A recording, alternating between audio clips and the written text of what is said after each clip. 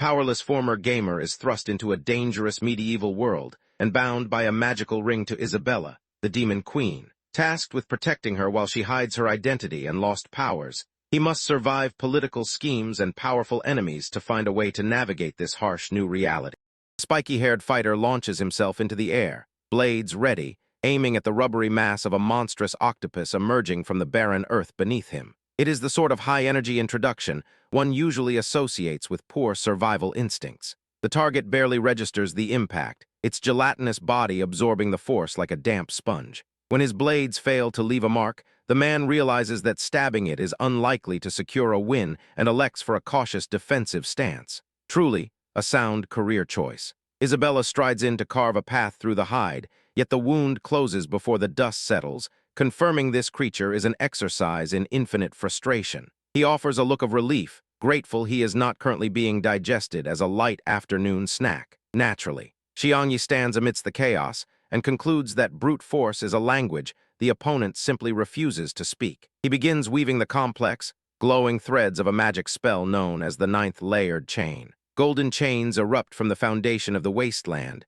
thrashing with a life of their own to bind the struggling mass. The monster writhes against the geometry of the magic, but the restraint holds with the firm indifference of a locked vault door. A massive, crackling pillar of raw electrical energy descends from the heavens, piercing the gloom to drive the binding into the target. It is a spectacle suggesting the creature is about to experience a very sudden change in circumstances. The outer layer explodes in a wet, rhythmic spray, shedding its white hide to reveal a pulsating, raw interior. Nature has a rather vivid and repulsive way of telling the heroes that the warm-up is officially over. While his companions assume the threat has passed, the mage detects the signs of a biological nightmare unfolding and orders a retreat. The creature, however, decides that birthing a new horror is the perfect response to being struck by lightning. Of course it does. A fetal demon claws its way free, locking onto the group with the predatory focus of an entity planning a catastrophe. It emits a shrill, piercing wail, gathering energy into its tiny frame as if preparing a final audition for an apocalypse. The parasite begins coalescing power with an intensity that suggests it intends to erase the entire vicinity from the map. The onlookers can only contemplate their poor choice of travel destinations as the atmosphere turns sour. He steps forward, placing himself between the impending doom and the rest of the group to anchor them against the surge. Beneath the immediate threat, he feels a shadow of something far heavier, making the current monster look like a minor clerical error. A streak of violet energy, a vanishing drill, sweeps down from the horizon to atomize the parasite before it can twitch. The sudden silence that follows is far louder than the explosion, leaving the survivors to process their survival. The dust clears to reveal a scene of complete annihilation. Confusion is a standard reaction when one arrives at a fight intending to be the protagonist, only to end up as the audience for a display of overwhelming force. The horned woman lands with the calm grace of someone clearing a clogged drain, looking down at the group as if wondering why they found a minor pest so difficult. She offers a dismissive remark that establishes her lack of patience for amateur heroics. She leans into the chaos to drop the most consequential news of the day, demanding he accept his role as king while mentioning they are married. It is the sort of announcement typically reserved for a formal dinner, delivered here with the weight of a royal decree. History scrolls by in a blur of clashing armies and exhausted treaties, outlining the weary dance of conflict between humanity and demons. It is a long, bloody timeline that concludes with the Queen's signature, a single stroke of ink intended to buy a fleeting peace. In the quiet isolation of a city apartment, the man sits hunched over a glowing keyboard, finding his only sense of belonging in the digital perfection of a game. It is a life defined by the hum of cooling fans and the flicker of a monitor. He drifts into sleep, only to find himself dragged back into a reality that lacks both his keyboard and his privacy. He is startled to see her waiting where his bedroom wall should have been. He tries to voice his logical objections, but the arrival of a regal high priest makes it clear that reality isn't interested in his personal definition of sense today. She watches his sputtering frustration with the patient amusement of a tutor burdened with a very slow... Hardly surprising. She decides to skip past the pleasantries and get straight to the interrogation.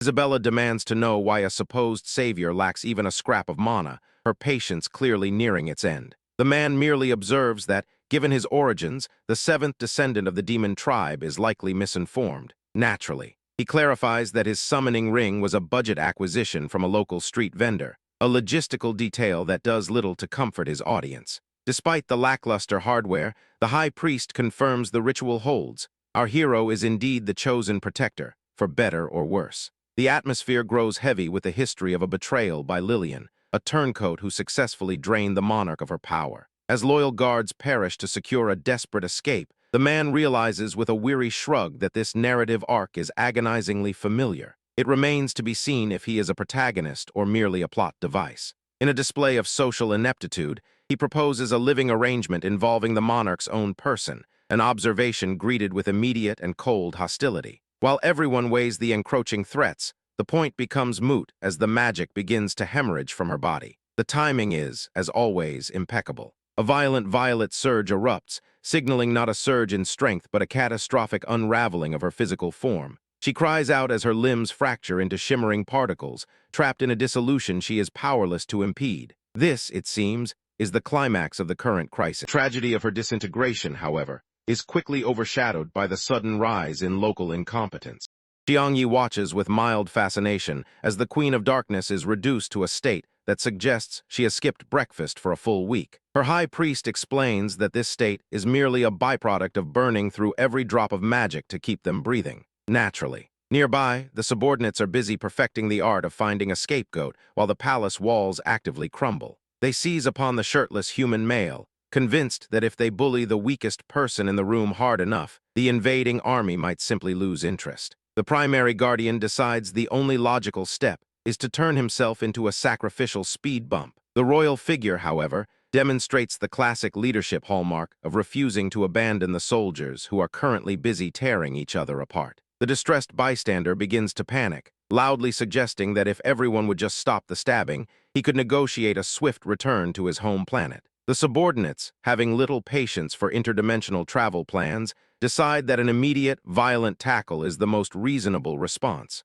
Of course it does. He continues to protest his innocence with the desperate energy of a man who just wants to return to his couch, while his keeper prepares a final display of endurance. This elder has been effectively babysitting the throne since at least one forgotten war ago, and he clearly feels it is high time for a career change. A staff slams down, and the environment suddenly vibrates with the kind of magical output that makes eardrums regret their existence. The sovereign is promptly bathed in a beam of light that serves as a one-way ticket to somewhere else, while the ceiling attempts to relocate itself to the floor. Quite dramatic. Across the kingdom, the Prince Regent, Angus Torst, busies himself with the frantic pacing of a man who has misplaced his favorite toy and intends to make it everyone else's problem. He demands updates with the aggressive entitlement of someone who expects the world to stop rotating simply because he is in a foul mood. High above the unsuspecting forest, a spatial tear ripens like an overboiled egg, announcing that the evacuation effort was a resounding, albeit incredibly loud, technical success. Whether or not it landed the royal target in a safer zip code remains, as always, an open question. Having effectively ruined his afternoon, the consequences drift elsewhere to shadow a far less patient woman. Isabella leads a grim, midnight retreat through a desolate field, while the glow of her former stronghold burns in the distance. Rather than dwell on the wreckage, she finds it more efficient to sharpen her focus on the unpleasantries to follow. The pace falters as a shirtless ally collapses into the grass, an arrow firmly embedded in his chest. Behind them, soldiers in red armor close the distance, motivated entirely by the modest bounty placed on demon skulls. An ordinary Tuesday, then. The fallen companion pleads to be left behind so he might return to the fray, seemingly unaware that his anatomy is currently operating at reduced capacity. The march leader forcefully intercepts his wrist, informing him that becoming a martyr here is a strategic inconvenience she simply isn't paying for. She explains at length that dying for a lost cause is poor form compared to living for a later retribution. He remains unenthusiastic about the lesson, while in the background, a mercenary dispatches a nearby demon with the casual efficiency of a man updating his grocery list. Their exit is promptly curtailed by a towering, heavily armored warrior who seems to have invested as much in his ego as he has in his shoulder pads. The wounded man offers a colorful critique of their tactical situation, though his sharp vocabulary is unlikely to penetrate that much steel. Of course it is. Naturally, the armored brute prefers violence to conversation, forcing Xiangyi to recalibrate their immediate prospects.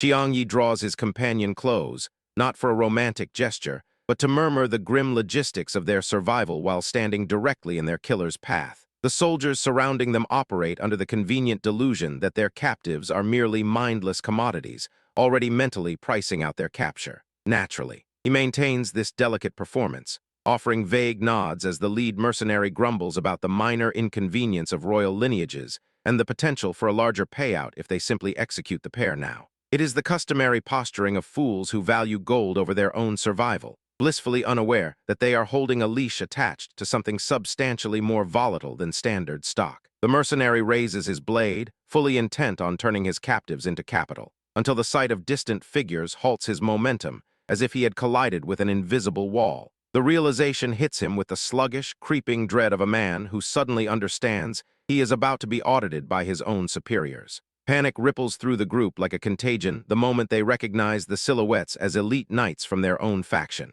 Dropping their routine as petty executioners, they scramble to effect the posture of disciplined soldiers, terrified that their unauthorized side hustle will be met with a demotion or a shallow grave. Of course it does. A white dragon knight covers the remaining ground with the icy efficiency of an officer who has endured enough incompetence to last a career, sharply demanding they abandon their prey and vanish. He dismisses the mercenaries with the casual authority of a man who possesses every right to be there, leaving them to retreat in profound, empty-handed shame. Naturally, our hero decides that a punchline is the appropriate response to a drawn blade. Xiangyi stands amid the wreckage of the clearing, his capacity for crisis management clearly outmatched by the sudden appearance of the White Dragon Knights. As the commanding officer moves in, blade drawn to interrogate the two survivors, the man tries to defuse the situation with a joke that fails to charm anyone present, a bold strategy, in hindsight. The soldier does not share the sense of humor, pushing the point of his weapon closer as he demands an accounting of their origins. Our hero observes the sunlight dancing on the steel, fully aware that his gift for diplomatic finesse is currently failing him in spectacular fashion. After a brief assessment of their disheveled state, the knight decides that these two are too miserable to be a legitimate threat and lowers the blade. He pauses to consider his shirtless companion, silent on whether the lack of clothing reflects a specific military failure or a poor wardrobe choice, before offering his own cloak as a gesture of practical mercy. The shivering lad attempts to stammer out an explanation, nearly revealing his ties to a royal household in the process.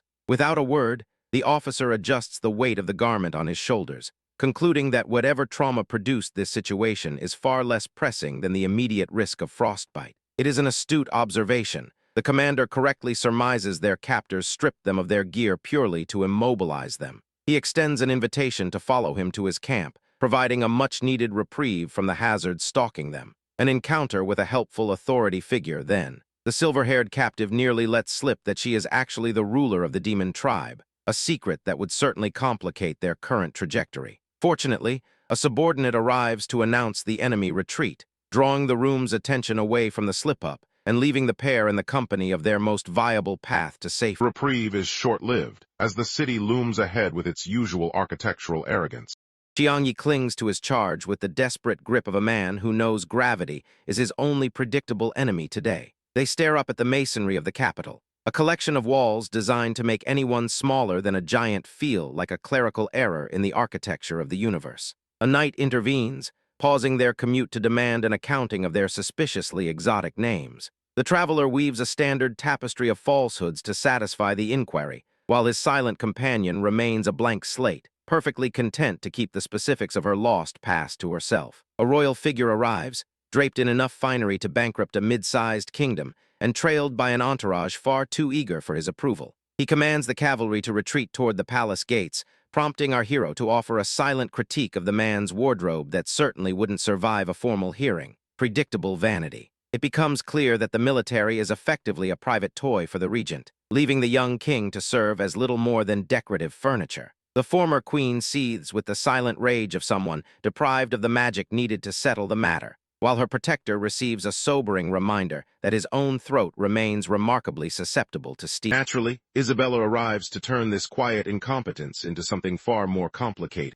Isabella leans back, her brow furrowed in the practiced skepticism of someone who has witnessed a kingdom in flames. She picks apart the king's public pronouncements, noting the yawning chasm between his official stance and the quiet, singular ambitions of the regent actually pulling the strings. It is a familiar performance. The city gates groan open, accompanied by the metallic, self-important screech of trumpets welcoming foreign dignitaries to this charade. Beside her, our hero offers a dry reminder that their last foray into diplomacy ended in a shallow grave and a great deal of wasted effort. It appears they are now officially part of the White Dragon Group. The man sweeps a glance over the rank-and-file soldiers milling about, noting that the entire structure rests upon a foundation of routine betrayal and shaky loyalties. Apparently, the human tendency to default to disloyalty is a constant, regardless of which side of the wall one occupies. A predictable arrangement. As they cross the threshold, the atmosphere shifts, thickening into something far more volatile than mere political posturing.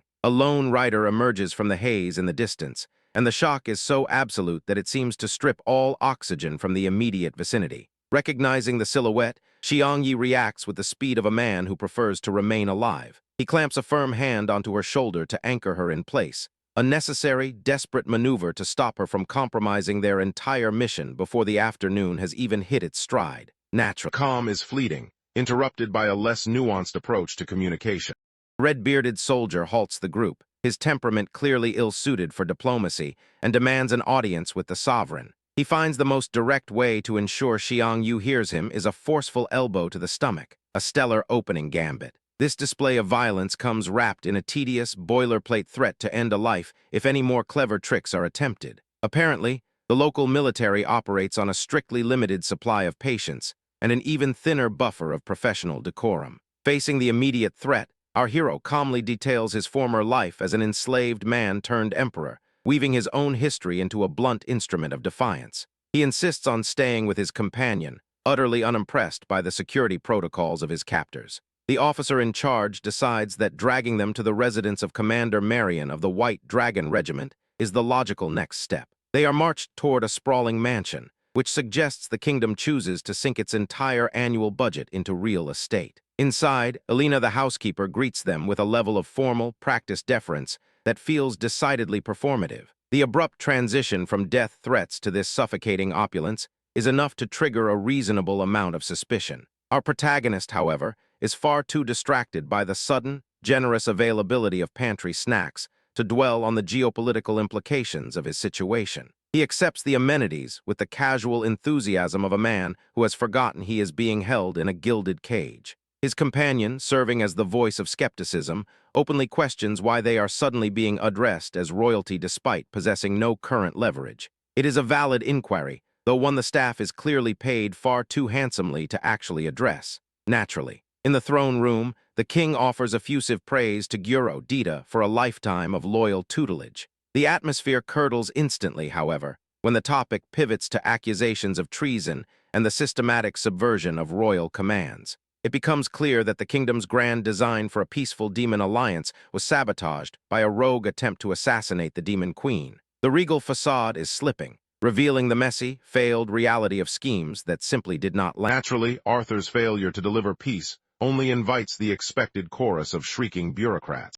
A harried advisor with white hair stands before the assembly, shouting his grievances about the lack of consent in current treaties, while warning that demonic influence will inevitably lead the populace into chains. His voice echoes with the kind of frantic certainty that usually precedes a very public career disaster. In the deepening shadows, a gathering of ominous figures waits with glowing red eyes, watching the chaos unfold with the detached interest of people waiting for a bus that is never coming. They seem less like a grand threat and more like local residents tired of the noisy neighbors. The council ignores these theatrics to focus on the vanishing act of a neighboring queen, scrutinizing a treaty signed by Leen, as if reading it will magically solve their logistics crisis. It is a classic high-stakes meeting where nobody knows the plot, but everyone is very committed to the performance. Although the white-haired agitator argues that the current defense of the throne seems suspiciously effortless, the monarch simply waves a hand to proceed with the plan, regardless. It is the hallmark of a confident leader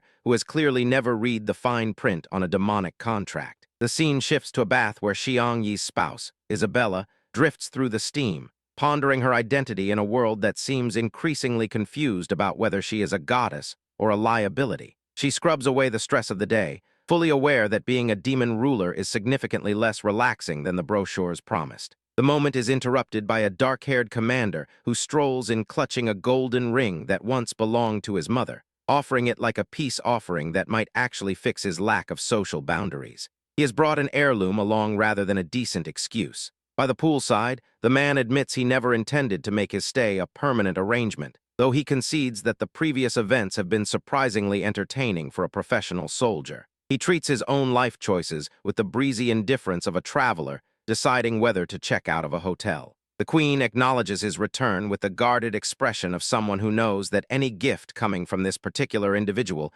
usually carries a hidden utility bill. They linger for a moment, two people adrift in a royal court that is currently doing its level best to implode. Naturally, the quiet atmosphere is far too good to last.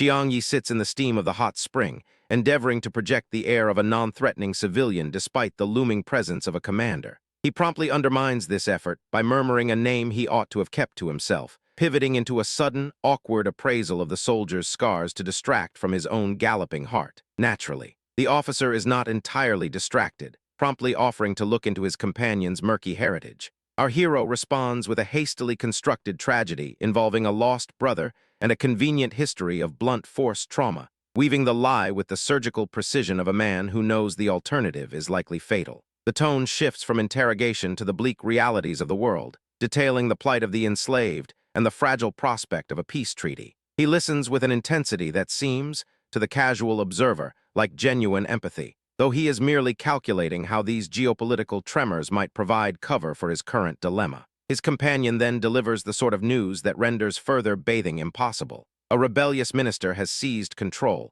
installing a new queen and obliterating the political map as he understood it. He offers a practiced, neutral mask, while his mind churns with the grim realization that he is now a courier for a very volatile secret. With the coup officially underway, Sophocles has simply decided to start talking, and we must listen. Yi stands amidst the political echoes, listening as Sophocles breaks down the precarious power balance between royal factions. The former slave offers a bleak outlook, but our hero processes the intelligence with a practiced optimism that suggests he is either profoundly courageous or blissfully unacquainted with the concept of consequence. He leaves that conversation for the plush, dimly lit corridors of the mansion, where he is escorted toward his chambers by an attendant named Isabella. As he follows the woman down the red-carpeted hall, he becomes entirely distracted by her composure, silently drafting an elaborate romantic scenario that bears absolutely no resemblance to their actual political standing. The moment he enters the room, his flight of fancy terminates abruptly. He finds his previous companion waiting inside, uncomfortably dressed in nothing but a towel. The look of profound bewilderment on the man's face suggests that he finds this particular room's service significantly more confusing than the standard variety. The occupant of the room abandons his casual demeanor, hissing a warning that their guide has been tracking their every move since their arrival. It appears their current living arrangement is less of a coincidence and more of a surveillance operation, confirming that, as former demon slaves, they are to remain under a strictly watchful eye. Hardly a surprise. Naturally, surveillance is the least concerning complication waiting behind those heavy, locked doors. In the secluded quiet of the servant quarters, Elena attempts to manage a sudden, overwhelming bout of nerves through entirely private means. Just across the threshold, our protagonist finds himself locked in a wearying escalation of hostilities with the silver-haired noble, only for their negotiation to collapse into an explicit threat of total erasure. Responding to the likelihood of his imminent non-existence with characteristic indifference, the man suggests they abandon the pretense of civility. He treats the prospect of being magically unmade with the same casual detachment one might reserve for a missed afternoon appointment. Naturally, the atmosphere shifts as the woman concedes that the mechanics of his return are currently beyond her expertise. Upon hearing this limitation, he recalls the golden ring used during his arrival and demands the artifact, concluding that if she cannot manage the logistics of his departure, he will have to pilot the transaction himself. He secures the shimmering band and immediately moves to the floor, initiating an arduous cycle of silent chanting and intense, singular focus. It is an honest attempt at engineering a return ticket using nothing but raw intent and a very shiny piece of jewelry. 10 minutes of sustained effort yield absolutely nothing, leading to the crushing realization that he is well and truly stranded. The lady of the house explains that such magical nuance is strictly for tribal elders, presenting our guy with only one viable future: a long, inconvenient, and potentially terminal pilgrimage to the demon plains. Exhaustion eventually claims his benefactor, whose head drops into a deep sleep against the fine linens. Her unwilling houseguest pauses to study the sight, noting that behind a default expression of high-stakes intimidation, she manages to look remarkably serene while entirely unconscious. While this drama unfolds, the white-haired master of the house returns to address his staff, placing the maid under scrutiny for her recent lapses in professional distance. She offers no resistance to the questioning, eventually conceding that she feels an inexplicable, almost familial, pull toward their newest guest. The arrival of a young brother, who greets the master with eager familiarity, punctuates the air of domestic interrogation. They exchange observations on the rarity of seeing the man in such a pleasant mood, concluding that the secret to his current disposition lies in the quiet contentment he finds watching his household function. Predictably, this fragile peace evaporates the moment Xiangyi opens his eyes.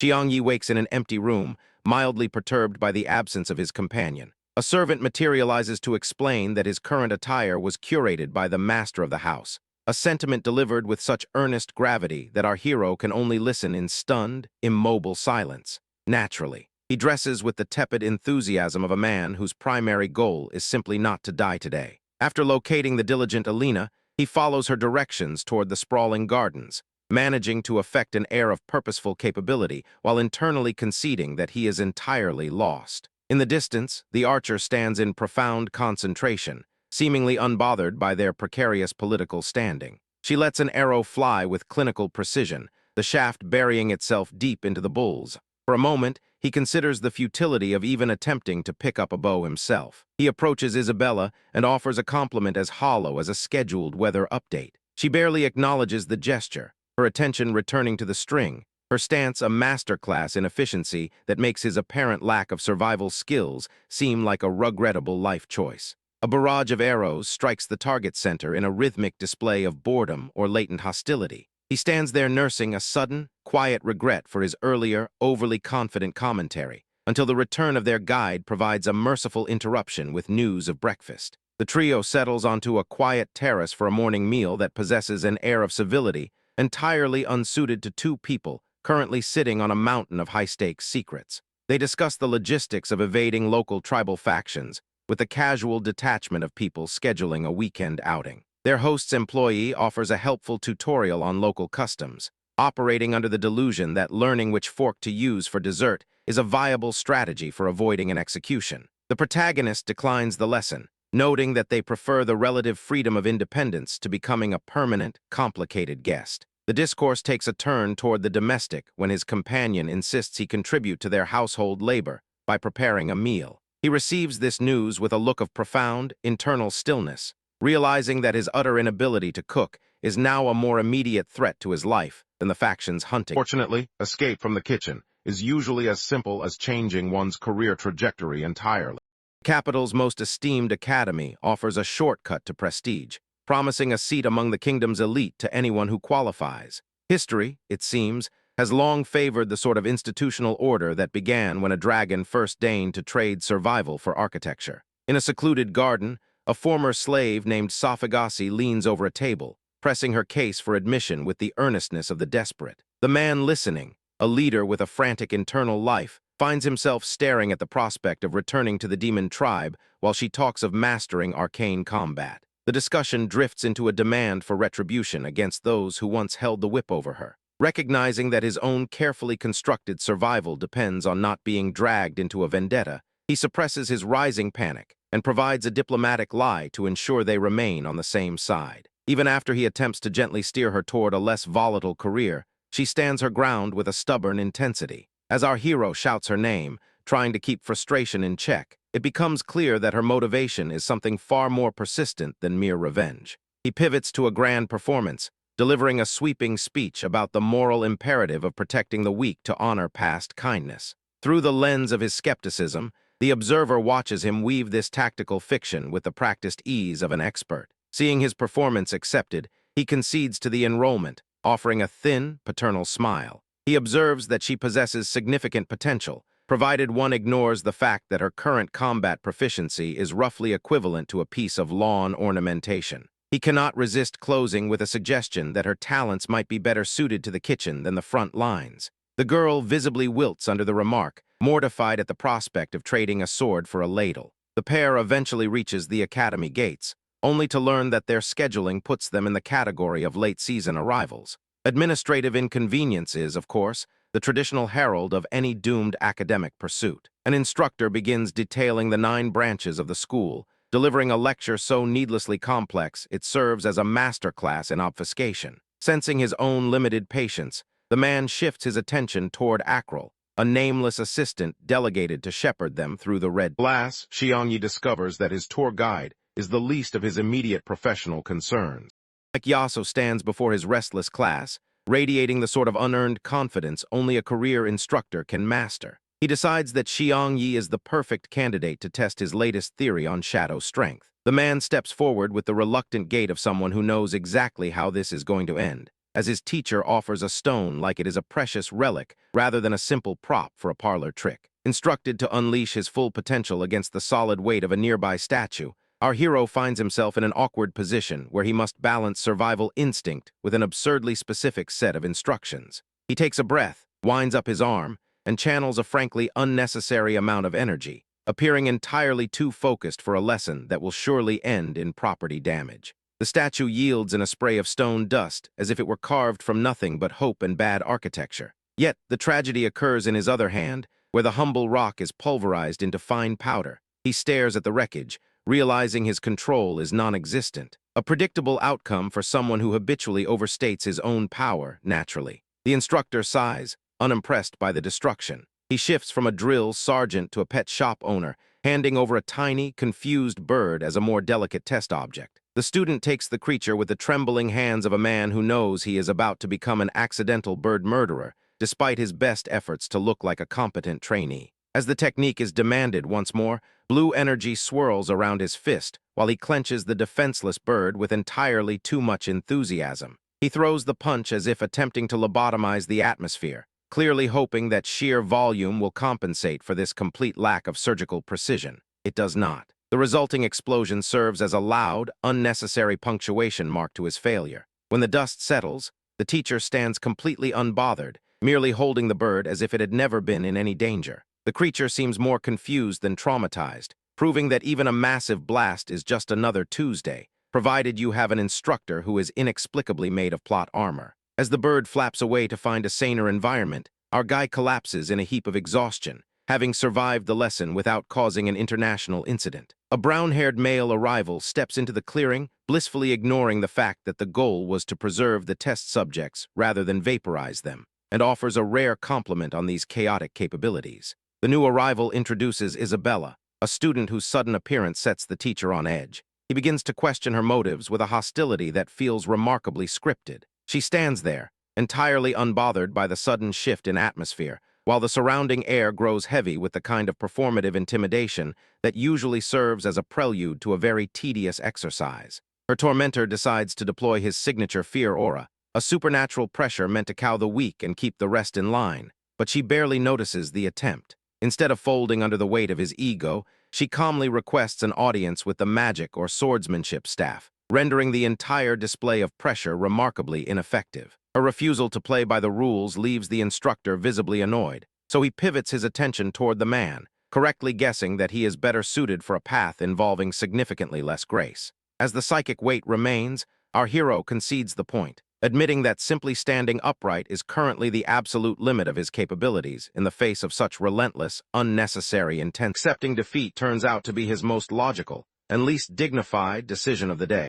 Xiangyi stands amid the wreckage of his social standing as a silver-clad rival collapses in a heap of unearned defeat. After a sudden surge of fear leaves the attacker flat on the floor with the dignity of a spilled drink, an observer notes the weakness of such spirit. Naturally, our hero remains largely unmoved by the dramatic swooning at his feet. He offers the observation that he rarely suffers such injuries himself, which serves as a reasonable defense for his recent shortcomings. A nearly adequate assessment, all things considered. In a display of optimism that nudges against the irrational, he extends a hand to Alex. He insists they remain friends, a proposal delivered with the gravity of a hostage negotiation while a judgmental companion looks on. Having successfully navigated these social hazards, the group wanders toward the training grounds. They are possessed by the misguided confidence of individuals who have yet to encounter a practiced sword, fully intending to critique superior combatants with the tactical depth of a sponge. The atmosphere shifts to high-velocity conflict as a swordsmanship teacher named Dorona engages in an unhinged debate with a magic specialist. Blades strike green barriers with a frequency that suggests civility is no longer on the day's agenda. The magic instructor complains about the misuse of the field, arguing that his colleagues have lingered far beyond their designated time. The woman with the blade interprets this as a personal slight, responding with heavy metal and a notable lack of patience. Of course she does. A crowd gathers to treat the mounting property damage as light entertainment. While some students bay for further chaos, a solitary onlooker remains buried in a book, having correctly deduced that this public employment crisis lacks any readable substance. An elderly man with a broom enters the fray, visibly distressed that his freshly cleaned floor has become a demolition zone. As his pleas for order go ignored by the bickering peers, the lead student decides this is a perfect time to volunteer for the incoming crossfire. Splendid. The skirmish intensifies as the red-clad instructor dances between magical projectiles. Her opponent weaves a massive, glowing rune circle in the sky, setting the stage for an explosive finale that will, inevitably, require much more Predictably, the atmospheric tantrum ruins the view entirely. Violent convergence of emerald and gold energy tears through the firmament, marking a power display that really should have required a permit. Amidst the settling dust, the groundskeeper stands entirely unbothered, as if an apocalyptic light show were merely a hiccup in his sweeping schedule. The young woman with the sharp gaze settles her floating sphere onto the stone, looking down at the two casualties of the previous exertion. Our hero remains on his hands and knees, processing the distinct sensation of having just been pulverized by a force he barely understands, while his companion in the dirt fares equally poorly. A bad day for gravity. He tries to regain some composure, hoping for a moment of quiet, when a blade is suddenly pressed against his face. It is a fellow student with a familiar temper, clearly convinced that his presence in the practice yard is a sign of deliberate hostility rather than mere clumsy navigation. He attempts to clarify the situation, stammering out a defense about merely trying to protect the janitorial enthusiast from the earlier blast. As he gestures, he finds the spot where the old man was standing completely vacant. Apparently, wisdom is just vanishing when things get tedious. Elsewhere in the academy, that same agitated student with the blade finds herself greeting a new arrival encased in heavy plate armor. The newcomer is immediately swamped by a collection of admirers who seem more interested in his aesthetic than his actual combat capabilities. A fairly standard reaction to anyone wearing enough metal to sink a small ship. The crowd continues to dissect the arrival of these prospective students as the witch-like girl hovers nearby on her orb, observing the social dynamics with the detached interest of someone watching a colony of particularly dim-witted insects. The protagonist, meanwhile, chooses to remain on the ground. He seems to find the floor the most honest place to contemplate his life choices. After a brief pause, the floating girl extends a hand to deliver the glowing green orb to a silver-haired woman nearby. She receives the artifact with the practiced grace of someone who deals with magical items far more dangerous than this one on a weekly basis. Naturally, a fresh group of hopefuls strides into the courtyard, spearheaded by an arrogant redhead who seems to think he is the main event. He immediately demands to see the collective strength of the current occupants, effectively volunteering them all as unwilling participants in his burgeoning ego project. The girl with the sword prepares to handle this unsolicited challenge, while our man looks on with an expression of profound, soul-deep confusion. The teacher asks who will be the first to demonstrate their power, as if this were an ordinary classroom pop quiz instead of the start of a very predictable catastrophe. Naturally, the lecture proceeds, as if the impending violence is merely a minor scheduling inconvenience. An instructor in heavy plating lectures a group of initiates on the mechanics of boundary force. He gestures with the weary precision of a man who has explained this specific physical law to several thousand teenagers already. Naturally, to demystify the abstract, he pulls a water glass from his kit as a metaphor for energy capacity. Just as he notes that everyone has a fixed cup, a silver-haired newcomer named Yubei wanders into the room, seemingly unaware she is interrupting a master class on fluid dynamics. The scene shifts to the courtyard, where the arrival is met with a chorus of unrefined catcalls from the bored student body. A swordswoman nearby opts for vocal disdain, clearly unimpressed by an outsider who shows little grasp of local hierarchy. The blade wielder sneers at the newcomer's physique, mocking her as if she were a flightless bird lost in a gale. Nearby, a teacher with a penchant for hats senses a sudden, violent thrum of energy just as the girl reaches for the testing artifact. Whatever the device was designed to measure, the result is an instantaneous and blindingly green surge. Our Lady of the Hour stands bathed in an emerald glow, so dense it makes the surrounding instructors look like they have suddenly forgotten how to breathe. The educator in the hat stares at the output readings with the detached confusion of an accountant finding $1 billion in petty cash. She concludes the girl possesses a literal infinite capacity for power, which is currently balanced out by the incredibly inconvenient fact that she has absolutely zero reserves with which to work. Of course it does. Back on the training grounds, the hat-wearing facilitator moves to secure this anomaly for her own roster, ignoring the swordswoman's audible protests that this makes no tactical sense. The armored instructor finally drops the formal act and reveals her true identity, casting a long shadow over the proceedings. Ignoring the established curriculum, the newcomer calmly draws a blade, signaling her refusal to be relegated to mere spellcasting. She demands a swordsmanship test on the spot, ensuring that her first day will likely be her most administratively difficult one as well. Naturally, the classroom environment provides an even more uninspired stage for this inevitable clash of egos. Teacher requests a volunteer to guide the new arrival, a task that apparently carries little prestige. A red-haired student lunges forward with tiresome enthusiasm, immediately choosing to measure his worth against Isabella via a sword challenge, while an observant classmate watches from the sidelines with the distinct, mounting irritation of someone who recognizes a fool when he sees one. The challenge bypasses traditional pleasantries in favor of an accelerated exchange of steel. The aggressor initiates a high-speed strike meant to establish immediate superiority, but the girl waits for his impact with the detached, weary calm of a commuter eyeing a delayed train. Naturally, a flurry of desperate steel follows as the challenger pivots and hacks at the air, looking for a weakness that refuses to manifest. She defends herself with a frustratingly precise economy of motion, parrying each blow while barely shifting her stance, as if the sheer lack of imagination in his technique is a personal affront. The skirmish ascends for a brief display of aerial gymnastics, which concludes precisely as poorly as one expects for a man currently being forced into the dirt. With a slight shift in gravity, she sends the amateur tumbling until he hits his knees with the dawning, sharp realization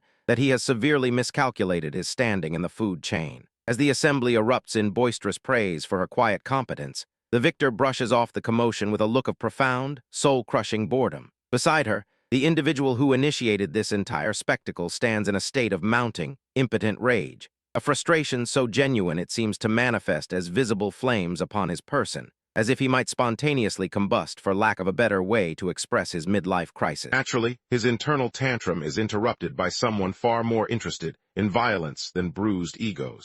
The red-haired swordswoman lashes out with a blade the size of a banquet table. Her opponent, who keeps her true capabilities under a thin veneer of modesty, meets the aggression with a parry of surgical, almost rude, efficiency. Deciding that standard expertise is insufficient, the assailant bathes her weapon in a humming crimson energy, a clear indicator of poor emotional regulation. The woman in her sights merely smirks, evidently amused by the spectacle of such energetic failure. Then Lei En decides that the ambient temperature is simply too high. He punctuates the training session with a sprawling ice field, drawing a sharp, vocal protest from the swordswoman as he abruptly hauls his companion out of the fray. Without asking for permission or providing a rationale for his sudden logistical adjustment, the mage whisks the unharmed lady away in a princess carry. The sight of a seasoned warrior being hoisted like a sack of grain at high velocity does little for the professionalism of the current conflict. Naturally, once back at street level, a spiky-haired youth sprints toward them,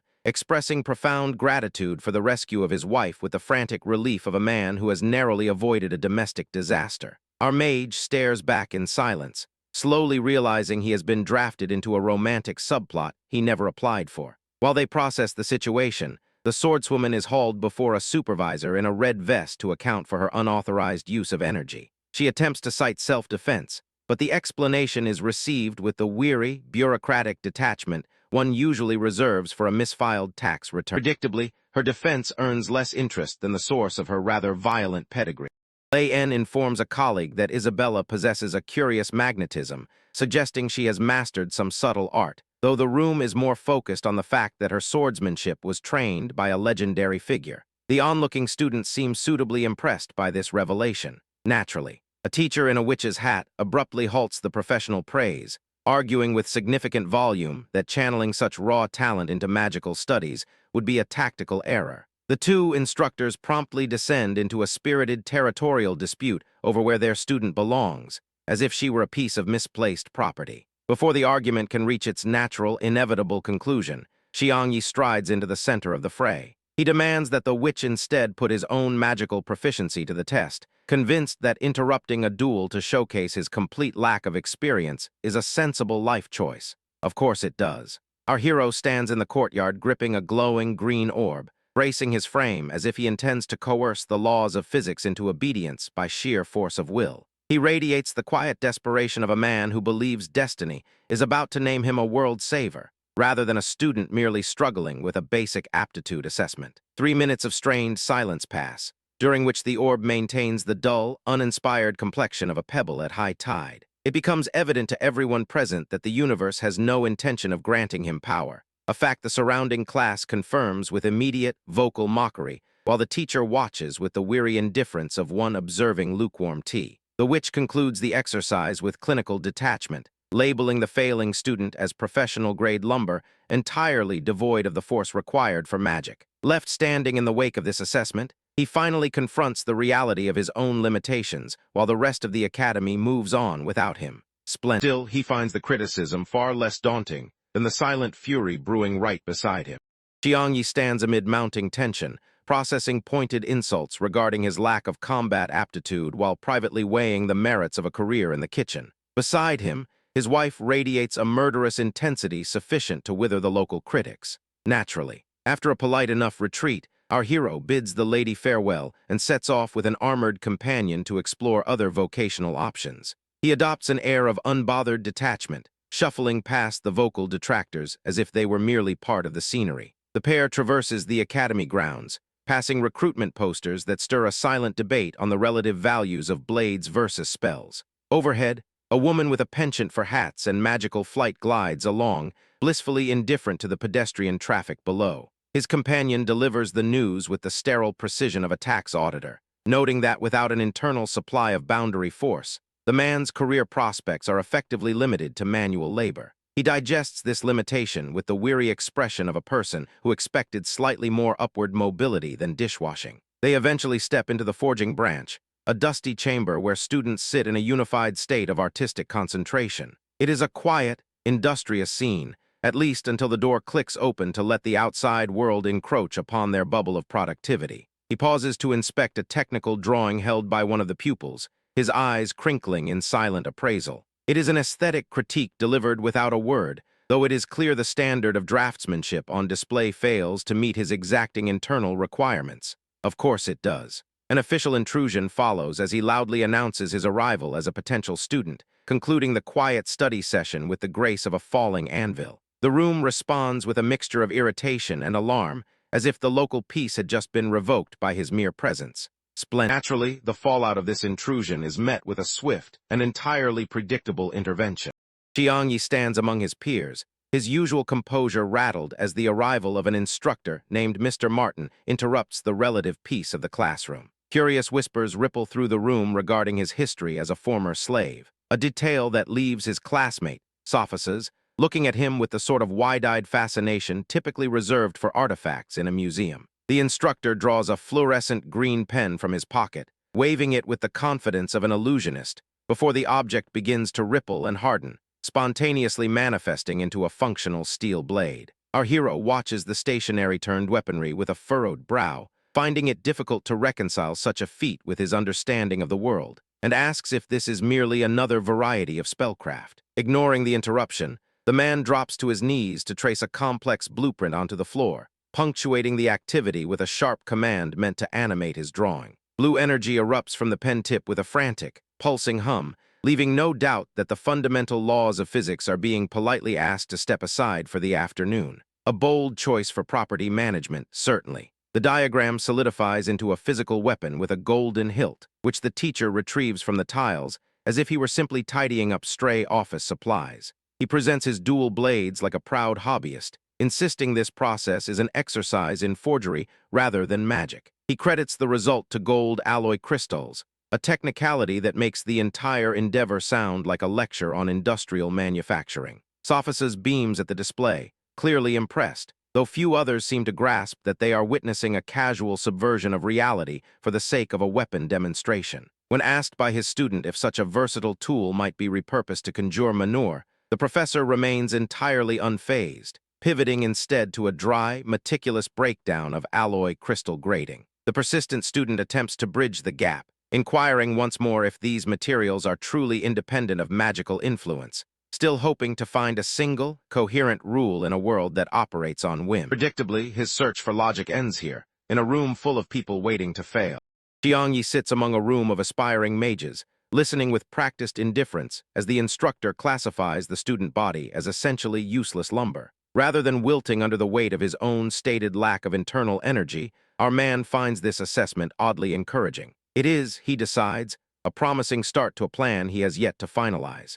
Since conjuring flame or manipulating earth is apparently off the table, the protagonist decides to rely on his aptitude for charcoal and parchment. He unveils a hyper-detailed portrait of the white-haired instructor standing nearby, capturing the man's features with such precision that the room of budding sorcerers falls, quite suddenly, into a state of profound silence. A bold, tactical choice, then. The teacher, a man clearly unaccustomed to seeing his own likeness rendered with such clinical anatomical fidelity, examines the sketch. He admits it is technically sufficient to bypass the standard entrance requirements. He notes that while this artistic talent is spectacularly unhelpful for surviving a dungeon or throwing a bolt of lightning, it is curiously enough to qualify the student for the class. The instructor then adopts the tone of a lead negotiator during a hostage crisis, outlining the 3 cardinal rules of magical forging. He dictates that one must harbor no malicious intent, maintain absolute transparency regarding materials, and, most crucially, refrain from creating sentient life. The boundaries of the craft are established with the brisk efficiency of a tax audit. Not satisfied with mere enrollment, our guy drops to his knees in a final, agonizing display of desperation to ensure he remains on the roster. Beside him, his metallic-clad associate attempts to smooth the encounter by name-dropping high-level guild leaders, apparently hoping that political connections might carry weight where talent did not, though the teacher seems largely unimpressed by the attempt at leverage. Needless to say, such pathetic groveling fails to impress the higher powers of the palace. The royal palace maintains its typical icy silence until the red-haired regent decides to make it everyone's problem. He paces the throne room with the agitated stride of a man convinced that patience is a policy failure. The man presents a laundry list of grievances, alleging the minister has been keeping company with Eastern creatures, while the dragon leader allegedly siphons military rations to feed his kind. It is the sort of accusation that functions best when no one is brave enough to demand a shred of evidence. Naturally, the minister attempts a fragile proposal for diplomacy, suggesting that sharing supplies during a drought might secure a generation of peace, but the regent dismisses this with a dismissive wave. He characterizes the Easterners as mere beasts and pivots to a convenient charge of insubordination. A profound disdain for anyone born east of the border characterizes the regent's entire worldview, and he shuts down any remaining royal objection to orchestrate a public spectacle. He seems remarkably pleased with his own trajectory, having long since abandoned the burden of rational debate for the simplicity of public theater. Heavy chains signal the arrival of the prisoners, who are hauled into the light to reveal a master swordsman and a commanding general caught redirecting army supplies. Our protagonist can only look on in silence as the arrival of these bound captives effectively extinguishes any remaining chance for a quiet resolution. The captives offer an uncomfortably polite greeting to their captor, standing in their irons as if they were expecting an entirely different sort of reception. Forcing a posture of weary necessity, the regent gestures toward a mysterious box, eager to unveil the evidence he believes will provide a tidy conclusion to this affair. The contents of that box, however, are quickly overshadowed by even more predictable administrative incompetence. The royal advisor kneels before the throne, helpfully outlining a plan to utilize dragon teams to eliminate the eastern tribes. It is a bold, albeit genocidal, strategy that causes a diplomat named Gophases to visibly struggle with the urge to solve regional politics through manual strangulation. The restrained statesman erupts in a predictable tirade regarding the inherent moral failures of the human race. As his voice hits the palace ceiling, a terrified underling pleads for calm, while the demon queen, Isabella, retreats into the shadows, hoping to vanish entirely. A sensible reaction, all things considered. The prisoner's trembling abruptly stops, replaced by an unpleasant smirk as he senses his supernatural reserves flowing back into his limbs. He offers a casual flick of his wrist that shatters his chains like cheap glass, leaving his captor, Makia, to grasp the unfortunate reality that her mystical containment strategy was merely a suggestion. With his physical and mental barriers removed, the man launches himself into the air, transforming the throne room into a rather noisy venue for a sudden, one-man revolution. He clearly intends to resolve the policy disagreement by terminating the monarch, which is certainly a commitment to his platform. A royal bodyguard, Lei En, suddenly occupies the space between the crown and the frantic intruder. He neutralizes the lethal strike with the dismissive flick of a hand, chiding the assailant for his lack of social graces with the weary tone one might use for a loud patron in a quiet library. The Guardian renders the aggressor unconscious with practiced mechanical indifference, allowing the room to settle into a heavy silence. The sovereign briefly scans the area to ensure the furniture survived the ordeal, while the captive companion looks on, perhaps recognizing that this was never a genuine conflict, but a tedious display of a power game. A brief moment of calm, before the local reality decides to become inconvenient again. Xiangyi stands dumbstruck before a glowing blue portal serving as the Academy's transit hub. Given the local architectural standards, a shimmering tier in reality feels aggressively standard. Naturally, a nameless guard hands our protagonist a mundane key, effectively mandating dorm life and precluding any retreat to his former acquaintances. The man stares at the metal, weighing this new isolation against the specific brand of chaos brewing back at his estate. The weight of that choice lingers as we cut to the royal palace. Within those fortified walls, Sophocles maintains a tense vigil beside his father, Gourd, a man carrying himself like a thunderstorm waiting for an excuse to strike. The performative silence in the hall is the sort that usually precedes an expensive, irreversible political disaster. The elder patriarch voices his displeasure regarding the missing heads of his inner circle, promising a scale of destruction that would make a landslide appear a minor gardening mishap. An unnamed sentinel interrupts this monologue to announce a visitor, providing a moment of logistical friction to a purely ideological tantrum. The message from the throne arrives with the cold precision of a tax audit, as the sovereign insists on a private consultation with the patriarch alone. He processes this news with the weary recognition of a man whose schemes were leaked to the competition before the ink had even dried. Of course, instructing his son to wait, the senior strategist begins a solitary march down the crimson-carpeted corridor toward the sanctum. Everything about his posture suggests the confidence of someone walking into a trap he fully intends to dismantle, provided he is not dismantled first. Still, he finds the dramatic pacing of these corridors rather tedious.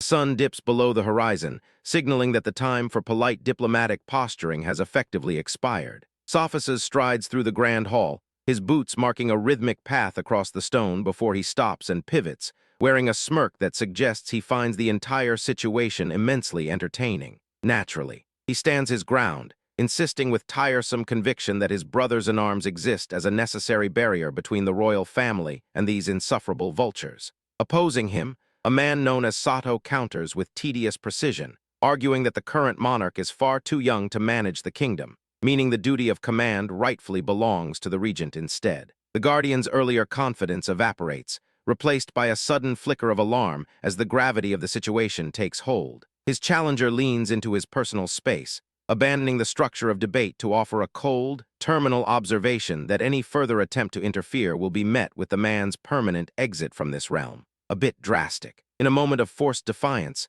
the guard asks if they finally intend to target his father, perhaps hoping for a shred of empathy in a room entirely devoid of it. The reply is nothing but a mocking laugh, as the antagonist boasts that every motion of his captive is already managed by a regime that considers him little more than a puppet on a very short leash. Predictably, this philosophical deadlock resolves itself with the usual lack of subtlety.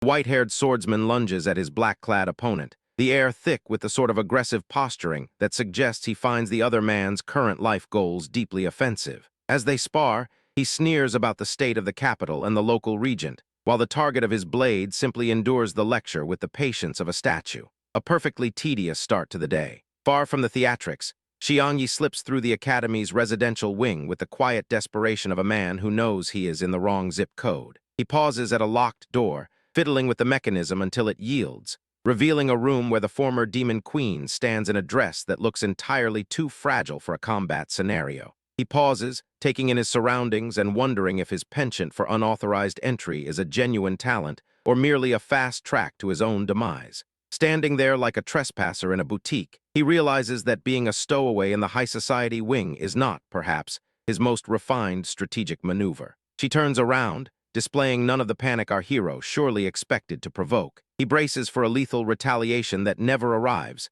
standing frozen in the doorway as the silence stretches. A vivid reminder, as if one were needed, that unannounced visits are rarely as cinematic as the brochures suggest. They spend their time tallying their meager assets, sitting amidst the plush furniture like accountants auditing a sinking ship. He holds a single gold coin, proposing a quick exit, but she calmly notes that the institution's security net is far more comprehensive than a simple door lock. It is quite the sight, a displaced monarch debating global security while her guest stares at a piece of pocket change. The disparity between his optimism and her sobering reality is, predictably, quite vast. She sketches out the nature of the energy shield blanketing the campus, a barrier that treats every student as a permanent fixture of the grounds. The loss of her own essence and the long trek back to power is discussed with the dry detachment of someone describing a canceled flight. Apparently, being a deity is mostly just administrative red tape. The sheer scale of this logistical nightmare looms over them, promising to complicate their academic calendar for months to come. It would be daunting if it weren't so exhausting to contemplate. He offers a solemn promise to assist in her political restoration and settle the score with the architect of her exile. Then, with the abruptness of a sudden downpour, he shifts gears entirely to announce that his true passion lies in the specialized, high-stakes world of forgery. The transition from freedom fighter to paper trail saboteur is a masterclass in questionable decision-making. She offers him a look of profound skepticism, which is truly the only reasonable response to such a pivot. They contemplate their schedules, with our man insisting that masterfully forged documents are the peak of combat utility. She, opting for a more conventional path, registers for the heavy lifting of swordsmanship and magic to ensure her recovery is handled with blunt force rather than ink. One plans to topple a regime, the other intends to master the art of the photocopy. A reasonable distribution of labor, all things considered. Demon Queen's grand ambitions, however, are quickly eclipsed by the inevitable chaos of domestic life.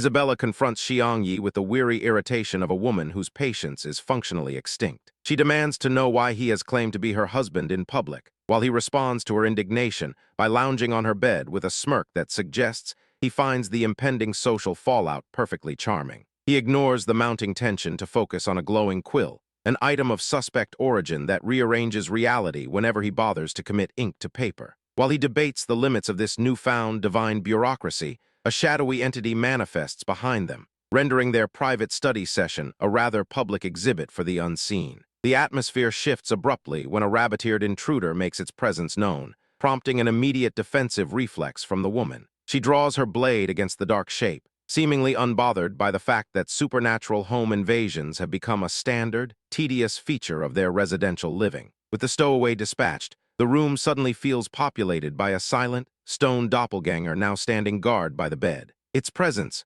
surrounded by a cascade of construction debris, offers no explanation for why our hero would deem a high-fidelity sculpture of his peer an appropriate interior design choice. The woman inspects the wreckage, finally realizing that the man has been conducting structural experiments in their dorm without the benefit of foresight or consideration for the noise ordinances. A remarkably creative waste of physical labor, really. Stepping out into the hallway reveals that his artistic ambition was not refined to just the bedroom, as a stone vehicle is currently wedged firmly into the staircase. It serves as a monumental testament to his ability to blend structural engineering with wholesale destruction. Out on the city street, the scale of his interference becomes undeniably clear as a gargantuan statue looms over the architecture. Watching it cast its shadow, she begins to mentally calculate the exact duration of the lecture she intends to deliver upon his return. Naturally, back at the academy, the instructor calmly notes his absence and decides the curriculum is far too important to pause for a tardy student. Unaware of the urban planning disaster currently occurring outside, another pupil arrives late, completely eclipsed by the sheer, chaotic incompetence of their missing. Silence persists, at least until he decides to make his grand entrance. Xiangyi arrives in town on a wooden bicycle of his own design, wearing the sort of smug expression usually reserved for the inventors of fire. Mr. Martin and a suspicious student watch the contraption roll by with all the enthusiasm of people observing an impending insurance claim. Convinced that technical literacy is best achieved through direct experience, the teacher decides to pilot the device himself. He mounts the frame only to discover that two narrow wheels are, quite frankly, a structural endorsement of gravity. Of course, he tips over. Our hero steps in to steady the swaying machine while providing a lecture on the finer points of momentum, treating the wood as if it were a sacred artifact. The pupil absorbs this mechanical gospel with the careful coordination of a newborn giraffe. Once released, the student finds an unexpected center of gravity and pedals away with the misplaced confidence of a man who believes he has mastered modern transport. The architect of this chaos watches him go, blissfully unaware of the looming logistical failure. As the rider gains a reckless and entirely unearned velocity,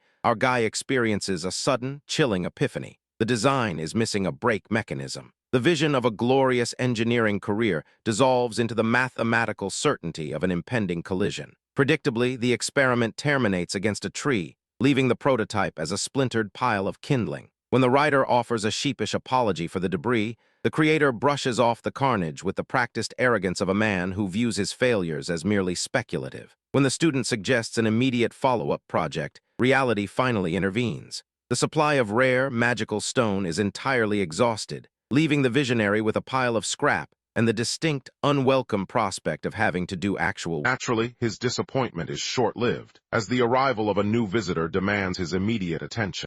Isabella poses in striking red, a stark contrast to Xiang Yi, who sits amidst the wreckage of his latest project. The man stares at a dummy interface that refused to so much as flicker to life. His attempt to jumpstart the Industrial Revolution in a place that has barely mastered the hinge is going about as well as expected. This creative lethargy is interrupted by the classroom instructor, who organizes his tools with a precision bordering on the obsessive. He treats the art of engraving with the gravity of a surgeon, ignoring the glowing, electrified pen resting on the desk, a device clearly better suited for heavy lifting than for standard schoolwork. The teacher initiates the lecture with a grim warning regarding the scarcity of magical resources, his tone suggesting he expects the class to squander such rarity on crude doodles. Our hero listens with a distinct lack of patience, clearly waiting for the moment he can finally get his hands on the equipment himself. A lever is pulled to reveal a mechanical briefcase that deploys writing implements with the flair of a luxury watchmaker. It is a masterclass in overengineering for the sake of presentation,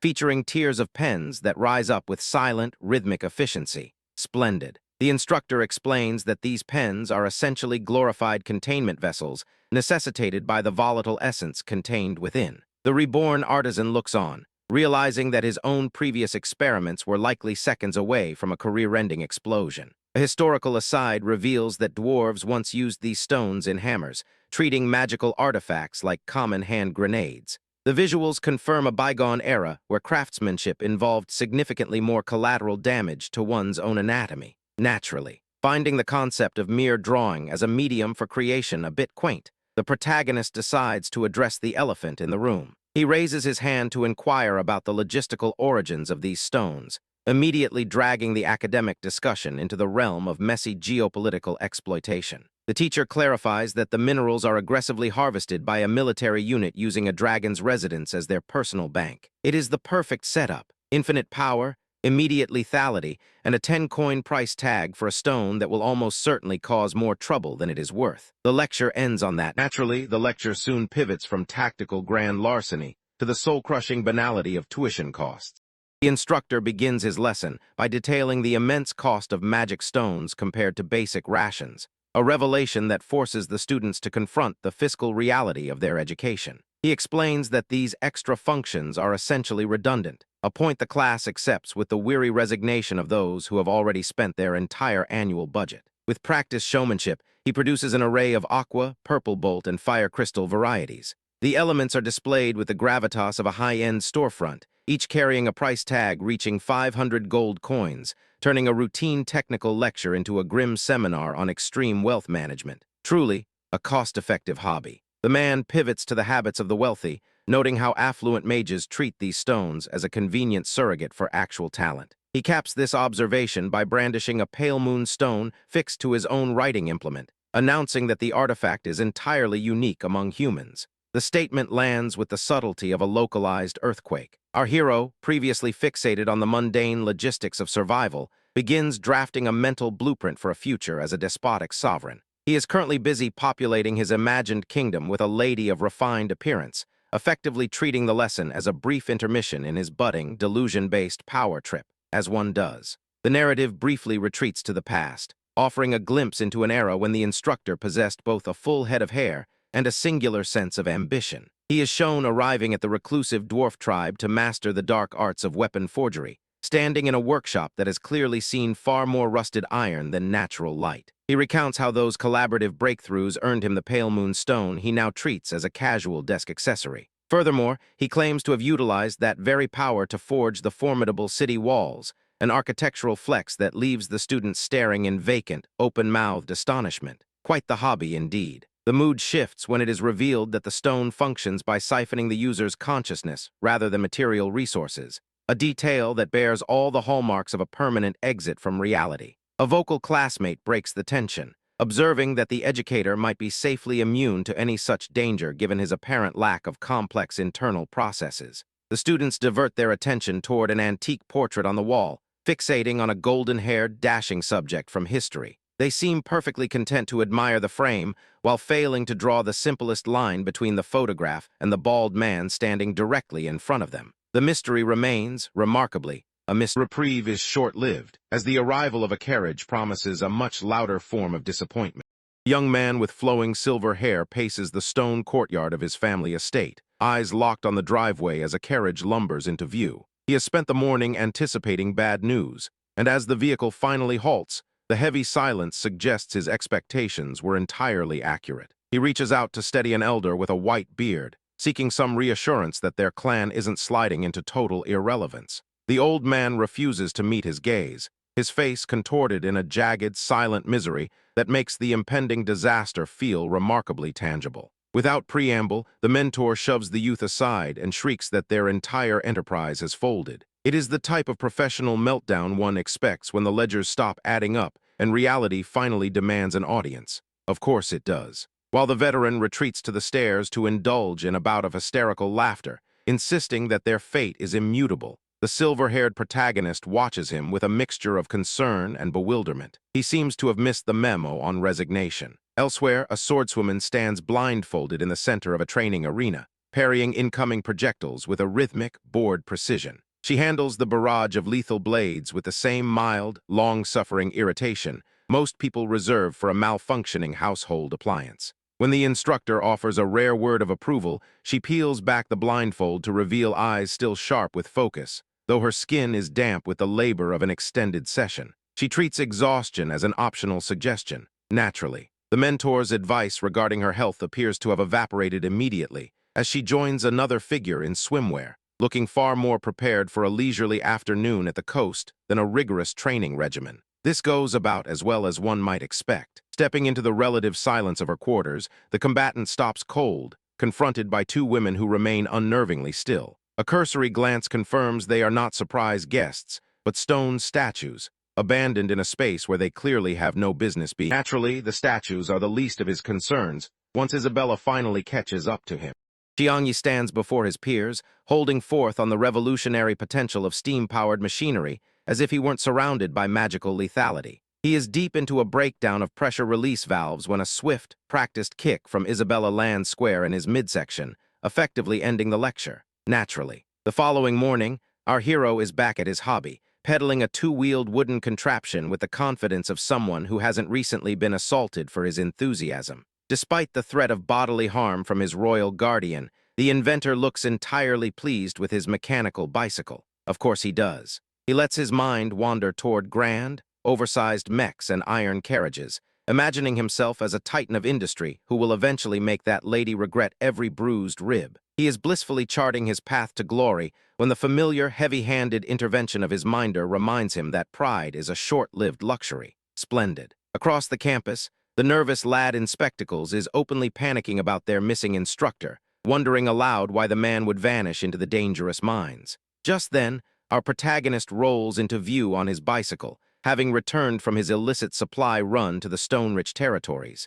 An ordinary Tuesday, then. In the cold, sterile air of the council hall, an eye-patch-wearing overseer informs the representative of the Forging Guild that the cost of alloy stones has tripled overnight. With a smug, predatory grin, he offers a slightly less catastrophic deal, explicitly reserved for the professor who keeps accidentally revolutionizing the local economy. The bald guild leader tries to explain that these price hikes are essentially a death sentence for his workers, referencing past guidance that has clearly been discarded. Instead of empathy, the man in the eye patch leans in to deliver a thinly veiled threat, promising that anyone resisting the new order will meet the same messy end as his predecessor. He justifies this sudden economic strangulation as a necessary logistics campaign to fund a war against the Eastern tribal forces, effectively forcing the local laborers to subsidize their own misfortune. A bystander stands by in silence, looking like someone who has realized that arguing with a storm does nothing to stay dry. Back on the student grounds,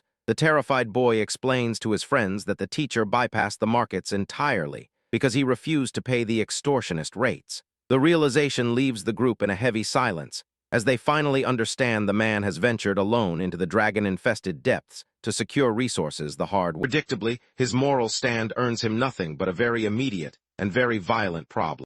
Xiangyi stands amidst the crushing weight of a market system that effectively chokes the competition out of existence for anyone without the right pedigree. He stares down the monopolistic reach of his tormentors, raising his voice against the unfairness of the White Dragon team's grasp, only for the ground to shift beneath his feet in a sudden, unhelpful tremor. A subtle nudge from the universe to stop complaining, perhaps. The interruption passes, clearing the stage for Mr. Martin, a man whose capacity for unsolicited delivery remains remarkably consistent. He arrives to drop off a heavy load of materials that supposedly justify all this hand-wringing, offering a few reassurances about future payments that our hero receives with the enthusiasm one usually reserves for a tax audit. Across town, the former gamer spots a familiar face weaving through the crowd and immediately pivots to his only real plan, acquiring a specific, high-value stone. He approaches the man with an urgency bordering on desperation, demanding they set course for the trading hub to secure resources currently unburdened by his rivals. It is a nearly adequate plan. In the relative safety of the guard barracks, several bored soldiers watch the benefactor depart and decide that his strategic movements deserve mockery. The professionals consider the attempt to scavenge in dragon-frequented territory a magnificent waste of time, which, to be fair, is almost certainly an accurate professional assessment. Of course it is. Unsurprisingly, he opts to test that theory with a display of reckless, high-speed incompetence.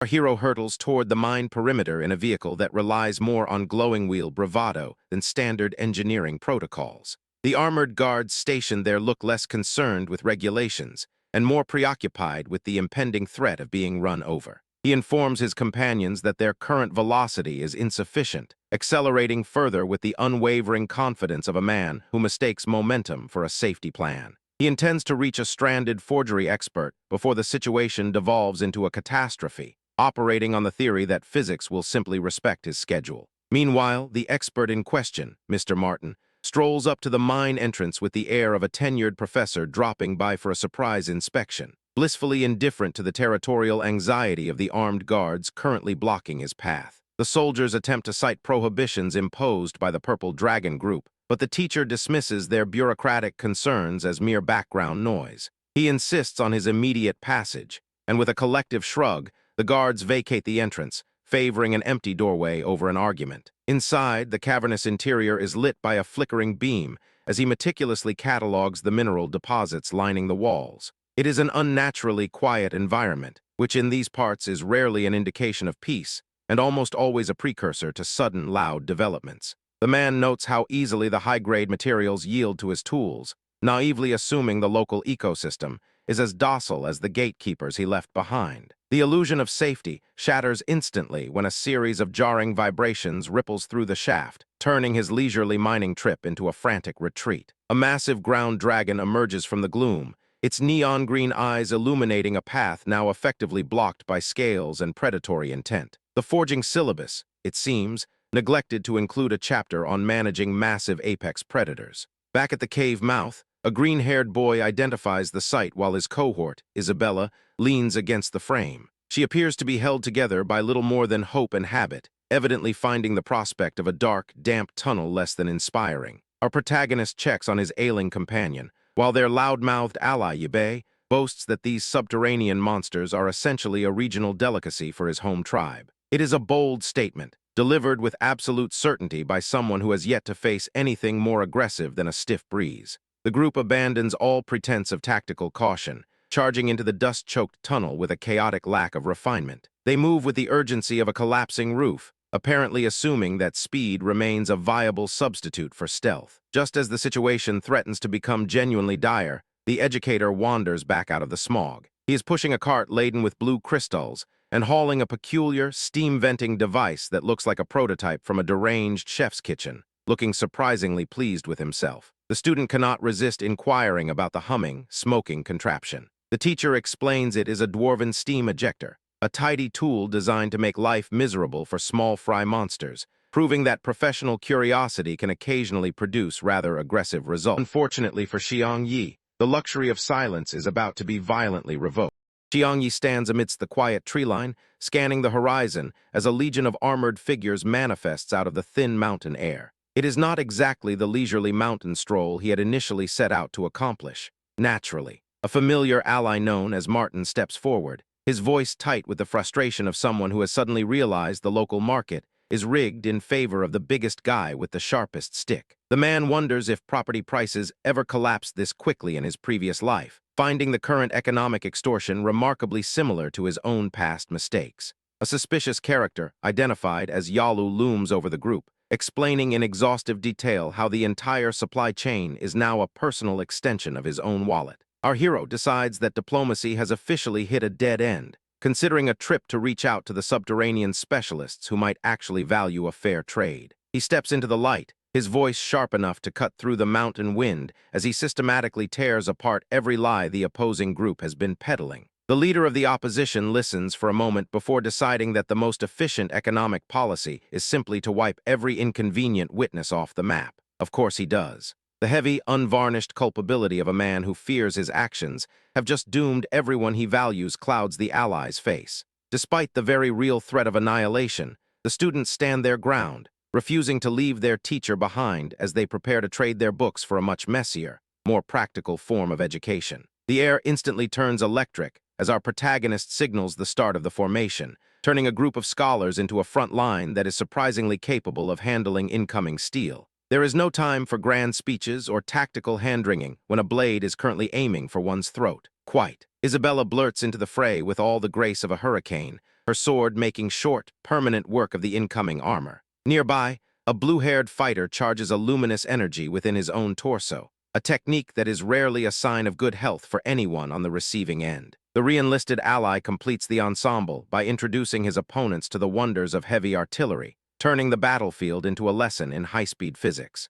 The resulting explosions prove effectively that a well-placed cannon blast is the ultimate solution to any negotiation dispute. Peace, however, is merely a brief intermission before the next display of spectacular ineptitude. Xiang Yi initiates his signature thunder slam with the confidence of a man who has not yet discovered the laws of friction. He manages to summon a vast electrical vortex, only to trip over a stray rock before the spell even settles. Naturally, the aftermath of this display is interrupted by a puddle of bioluminescent neon liquid. As the man steps into it, the slime displays an unsettling amount of autonomy, while his adversary, Yalu, watches from a distance with a self-satisfied expression. He reacts to the aggressive substance by flailing at the air, his frantic punches doing little more than providing a workout for his own shoulders. The slime clings to his arm with the stubborn persistence of a bad habit. The trap continues its upward crawl, indifferent to his objections. Somewhere in the chaos, a local mage, Mr. Martin, begins shouting warnings, offering the specific caliber of advice usually reserved for homes that have already begun to burn. When our hero attempts to vaporize the adhesive with a burst of heat, he finds his magic currently unavailable for comment. The antagonist helpfully notes that the concoction is fireproof before introducing a purple toxin that appears to be made of industrial waste. The caustic spray strikes the elderly benefactor's staff, which begins to hiss and dissolve on impact. It is a grim reminder that his equipment is not meant for such chemistry, serving as a backdrop for a lecture on the virtues of staying home. Before the villain can complete his monologue, a white-haired swordswoman enters from the periphery. She demonstrates that focus is a critical resource by punctuating his lecture with the sharp end of a blade, a tactical correction that— Unfortunately, one severed monologue simply clears the stage for the next tiresome display of incompetence. Yalu, a mage with an attachment to gelatinous redundancies, signals for his slime duplicates to swarm the field. Our hero stares at the encroaching mass of goo, likely wondering if his latest professional choices warrant this specific brand of biological harassment. As the situation teeters on the edge of utter incompetence, the ground decides to participate in the local drama by shaking with unnecessary vigor. Xiang Yi shifts his gaze toward the epicenter, though one suspects he would prefer to be absolutely anywhere else. A fissure obligingly separates the earth, claiming the protagonist and swallowing him into a pit of debris and poor planning. An elderly mage with a propensity for shouting warnings provides a helpful vocal accompaniment to the sudden descent. The antagonist interprets this disappearance as a formal invitation to escalate his projectile-based performance art. As purple magic flashes through the air, the man attempts to find a graceful way to stop falling and start resisting. In a display of engineering that ignores both common sense and the local laws of physics, a high-speed launcher deploys from the forearm of the fallen. A beam of concentrated energy erupts, carving a path through the rubble in search of an exit strategy. The resulting discharge of light and kinetic force sweeps across the stage with such intensity that even the local aggressors pause to acknowledge its existence. A nearly adequate solution, then. The mage attempts to construct a barrier of slime to mitigate the impact, which proves to be an imaginative but ultimately painful miscalculation regarding the durability of his own hand. Naturally, the defensive maneuver fails to shield him. As the dust settles and the attacker retreats to shield his mangled appendages, the focus shifts back to the gaping wound in the earth. A presence begins to emerge from the darkness of the pit. A massive, crimson mechanical construct heaves itself through the wreckage, sporting eyes that glow with a rather foreboding neon intensity. He momentarily suspects they are dealing with a standard dragon, only to have the observation corrected by the nearby vocal mage. The machine takes its first heavy step onto the surface, its presence dwarfing the surrounding combatants and inviting a quiet dread. The opponent watches it climb, wondering if this marks the start of a supernatural invasion or just the tedious end of his afternoon. Predictably, the catastrophic arrival is entirely lost on those more concerned with their lunch. A young bystander occupies himself with a snack, apparently unimpressed by the group of soldiers currently experiencing a collective breakdown at the sight of a titan appearing on the horizon. A nervous magician named Yalu arrives to intervene, sweating behind his robes as he loudly announces his intention to protect the masses. A bold claim, considering his posture. The source of this mechanical intrusion is revealed in a brief detour to a quiet workspace, where a man identified as Xiang Yi stands before a console. He ignores the gathering chaos entirely, turning instead to the desert sands to sketch out complex blueprints with the weary precision of a clerk filing late-stage paperwork. With the schematics finalized on the dunes, he channels the energy of a glowing, fire-red crystal into the earth. The sand obeys, rising and assembling itself into a towering, orange automaton he calls Lucky One, leaving one to wonder if the name implies a lack of faith in the engineering. Back at the front lines, the resident spellcaster scoffs at the clunky silhouette of the construct and attempts to resolve the issue with a torrent of neon green slime. Predictably, the red giant simply steps into the path of the acidic spray, absorbing the mess without suffering so much as a structural hiccup. Naturally, the automaton appears to find the residue on its chassis rather unpleasant, behaving with the fastidious disgust of someone who has encountered a lukewarm beverage. Sensing his initial solvent has proven entirely inadequate, the mage begins cycling his internal energy to prepare a more aggressive, purple-hued reprisal. A veteran nearby shouts a warning that the incoming magical volley is theoretically capable of eroding steel, but the machine takes the full brunt of the impact and remains unmoved. Our hero clarifies, with the casual air of someone presenting a discount voucher at a register, that his creation is forged from indestructible fire-red crystals. The battle, apparently, is set. Naturally, the machine is barely scratched, and with that, the real catastrophe finally begins.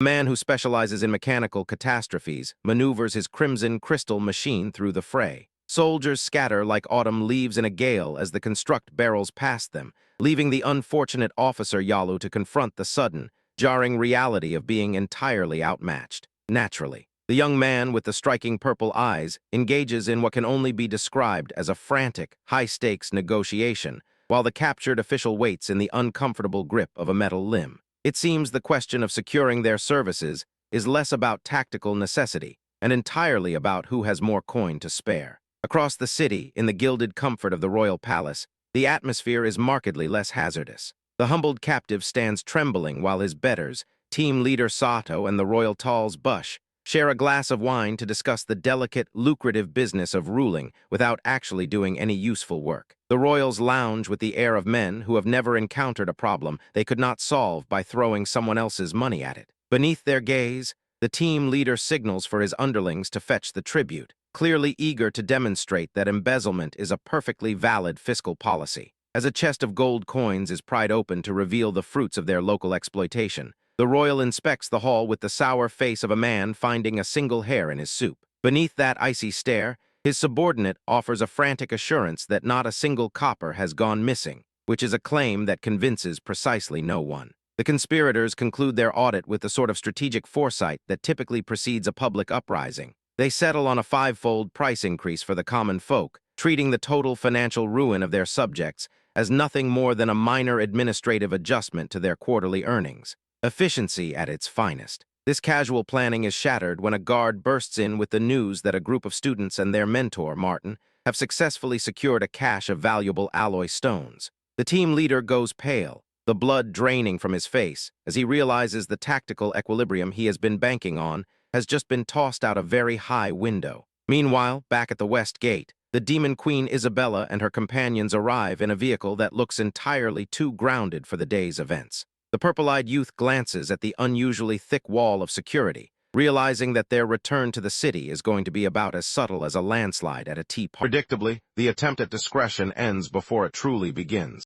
Prince leans in to deliver yet another condescending lecture on intelligence, seemingly unaware that his captive has little interest in his opinions. Beside them, the woman who usually keeps her hostility on a short leash draws a weapon, letting the surrounding soldiers know that moving closer is a shortcut to a very bad day. A blue-haired observer attempts to inject a shred of common sense into the situation, suggesting that perhaps escalating this specific conflict is a tactical blunder. The official in charge remains unimpressed by such trivial concerns as logic, declaring the case closed and marching his prisoners toward an uncertain fate despite their protests. A dramatic arrival on horseback promptly silences the proceedings, as a figure cloaked in authority commands the entire street without saying a single word. Sophocles sits atop the steed with the practiced indifference of someone who finds being spectacular to be a tedious daily chore. Behind the saddle, the black-haired girl clings to her companion like a magnet, nuzzling against the armor with a display of affection that is difficult to misinterpret. She prattles on about her desire to ride the beast herself, entirely oblivious to the fact that they are currently inserting themselves into a hostage crisis.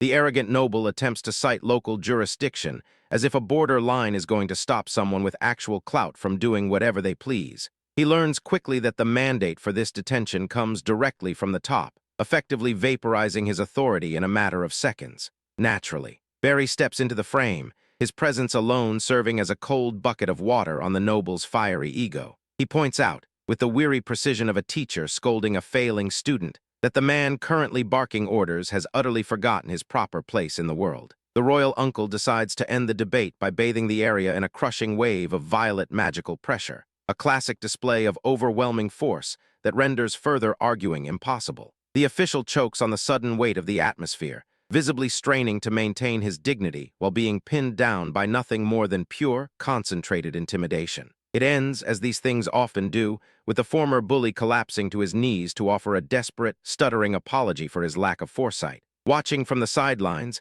the man who was meant to be the victim simply stares, observing how easily an insurmountable obstacle vanishes when someone truly powerful decides to clear the path. Of course it does. Naturally, such moments of introspective quiet are rarely permitted to last for very long.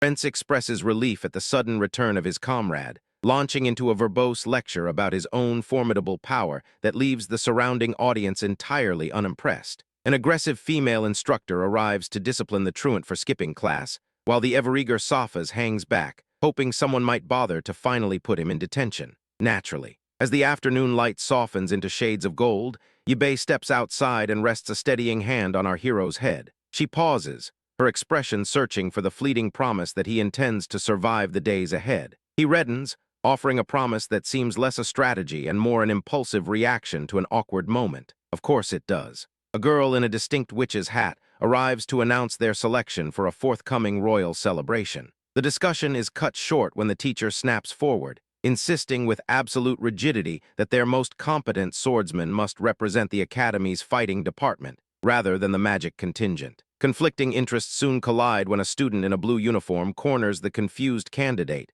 pressuring her to pledge allegiance to the magic class. Sensing her hesitation, our protagonist intercedes with a calm, practiced detachment and offers to escort her away for a private consultation. A nearly adequate plan. The journey to the palace is defined by the logistical annoyance of an enthusiastic passenger trapped mid-torso in the carriage door. He spends the duration of the trip lamenting his situation to a captive, terminally bored audience, until the vehicle finally deposits them before the royal throne. Deep within the throne room, an elderly advisor whispers to the young monarch that their team leader lacks the capacity for significant governance. While the king remains oblivious, the lead sword wielder takes the opportunity to formally outline the predatory fiscal policies that have left the common citizenry in ruins. The venerable advisor waves a hand, suggesting that systemic embezzlement is merely a flexible budget irregularity. Our guy finds his restraint finally exhausted by the display of administrative rot and steps into the center of the hall,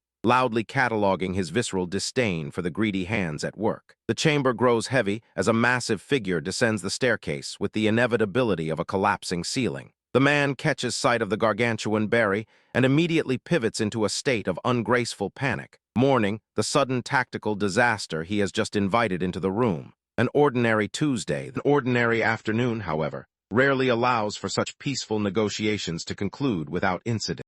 Our hero evaluates the opposition, acutely aware that an ill-timed remark might result in terminal consequences. It is a light-hearted afternoon spent discussing the volatile economics of gold alloy stone prices. Naturally, the primary antagonist disrupts the flow of conversation, suggesting the White Dragon team be handed control of military budgeting. It is a predictable power grab masked as administrative cleanup, leaving the advisor across the table visibly stunned by the audacity of the proposal. The young king, eager to truncate the conversation, offers his consent while the spiky-haired youth observes from the shadows. The atmosphere turns heavy with suspicion as it becomes clear the regent is merely attempting to purchase an alliance with bureaucratic padding. Upon exiting to the Grand Hall, the architect of this scheme declares the spring hunting festival a nuisance to be delayed indefinitely. He issues a curt mandate for a new arena to be constructed in 10 days, and his captive audience offers a practiced, rigid salute, efficient. In the solitude of a private chamber,